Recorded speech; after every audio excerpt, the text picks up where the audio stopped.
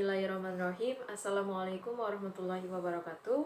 Perkenalkan, nama saya Heliza Oktaviani dari Prodi Psikologi Universitas Aisyah Yogyakarta.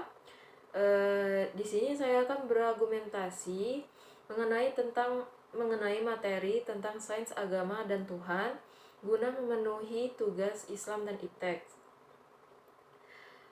Baik, ada 5 poin yang akan dijelaskan, yaitu ada evolusi sains dalam masyarakat kuno, sains dan agama di abad pertengahan, Renaissance dan reformasi gereja, agama dan pertumbuhan awal sains, dan yang terakhir ada agama dan perkembangan sains mutakhir. Untuk poin pertama, membahas tentang evolusi sains dalam masyarakat kuno.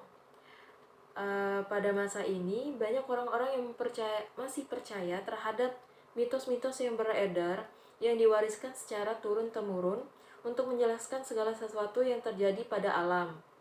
Seiring berjalannya waktu, orang-orang akhirnya menganggap bahwa mitos tidak lagi relevan dengan kejadian yang ada di alam, dan mereka melakukan pengamatan terhadap alam dan menemukan tentang keteraturan alam.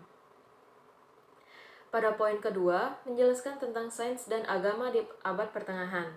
Pada masa ini, terdapat 2 pertentangan, di mana segala kegiatan yang berhubungan dengan sains yang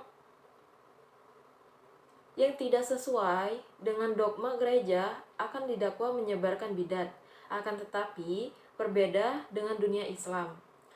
Pada abad itu, ilmu sains dan pengetahuan lainnya berkembang dengan pesat. Untuk poin ketiga, ada Renaissance dan reformasi gereja. Pada abad ini, kondisi berbalik, di mana dunia barat mengalami masa penjarahan atau disebut dengan Renaissance, dan hubungan Islam dan sains pun diadaptasi oleh dunia barat sebagai bagian dari reformasi gereja.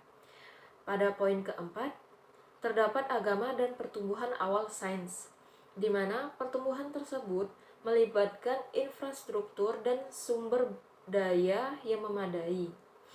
Entitas yang melakukan hal tersebut ialah institusi negara dan agama. Karena hampir semua penemuan besar sains perkembangannya berasal dari para elit agama. Berdirinya segala sistem pendidikan sebenarnya itu untuk kepentingan agama, di mana mereka belajar untuk memahami Tuhan melalui ilmu pengetahuan. Dan yang terakhir ada agama dan perkembangan sains mutakhir.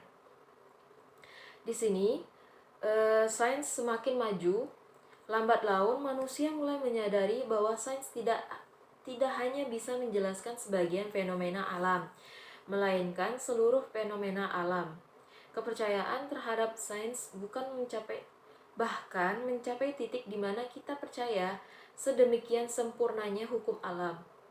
Penjelasan mistis dan mukjizat pun semakin tidak mendapatkan tempat dan hanya dianggap tahayul belaka.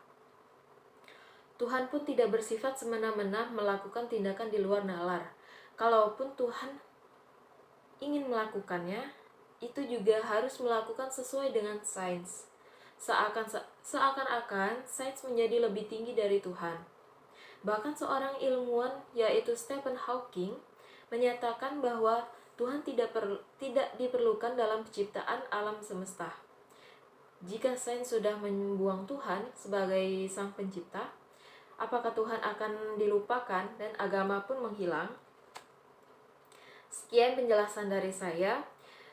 Mohon maaf jika banyak kata yang kurang atau salah. Billahi sabil haq fastabiqul khairat. Wassalamualaikum warahmatullahi wabarakatuh.